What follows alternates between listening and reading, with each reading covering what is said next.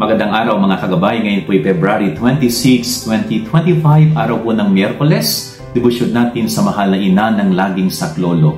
Napakaganda po ng ating ebanghelyo sa araw na ito sapagkat ipinapaalala nito na ang lahat ng ginagawang mabuti ay naaayon sa kalooban ng Diyos. No? Ano man ang ginagawa mo, basta't ito ay mabuti at nakabubuti rin sa iyong kapwa, ay naaayon po sa kalooban ng Diyos. Kanya nga po, sana wag naman tayong nagtatampo, wag tayong nagsiselos, wag tayong naiinggit kung ang ibang tao po ay nakakagawa din ng kabutihan. No?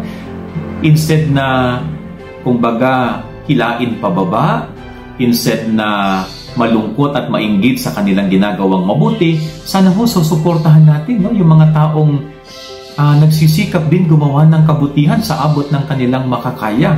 No, wag nating kaingitan yung mga tao na nagsisikap talagang mag-effort din na makagawa ng kabutihan, makagawa ng pagtulong sa kanilang kapwa. No, iwasan po natin yung tinatawag na crab mentality na dahil naiinggit tayo, hindi natin kaya yung ginagawa ng ibang tao, yun kaya ang gagawin na lang natin is siraan, hilain pababa, no, at i-discredit yung ginagawa niyang mabuti. No, yan ang sinasabi po ng gospel ngayong araw na ito. Tingnan po ninyo, may mga alagad ng Panginoon, nakita nila yung ibang tao ay nagpapalayas din ng demonyo sa ngalan ng Panginoon. Sinumbong nila kay Jesus na hindi naman daw nila kasama yun pero gumagawa ng pagpapalayas ng masasamang espiritu. Sabi ng Panginoon, hayaan niyo sila, no? Dahil anumang gawang mabuti ay panig sa atin.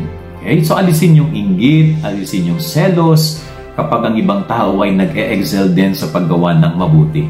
Yan ang ating gabay-aral ngayong maghapon. God bless po sa inyo lahat. Pagpalain kayo ng Panginoon.